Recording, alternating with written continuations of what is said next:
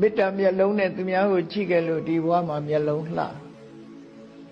ဒေါသကြည့်ခဲ့လို့ဒီဘဝမှာအယုတ်ဆိုးကြည်တန်တာဒါကိုလှုပ်တာတွေကြီးပဲလေဘယ်သူမှတကူတကလာပြီးကိုဒုက္ခပေးနေမှာမဟုတ်ဘူး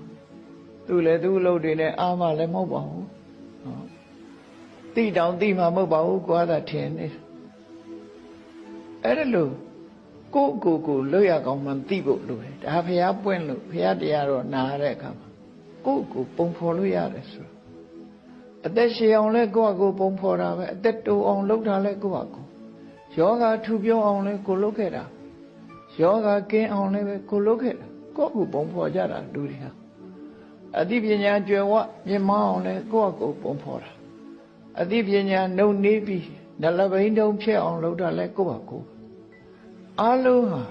ဒီဘဝမှာကြုံတွေ့ရတဲ့အခြေအနေရသည်မိမိကိုယ်တိုင်လုပ်ခဲ့တဲ့အတိုင်းရရှိကြတာဖြစ်တယ်ဒါသမို့ဘုန်းကြီးတို့တရားတစ်ပုဒ်ဟောထားရှိတယ်ကံကြမ္မာပုံရိပ်များဆိုတာနော်ကံကြမ္မာရဲ့ပုံရိပ်တွေကိုလုပ်တဲ့ဟာအတိုင်းပဲလားထင်နေတာ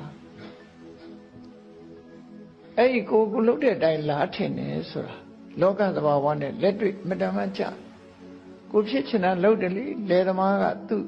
လယ်ကွက်ထဲကိုရေသွင်းနေတယ်တူတယ်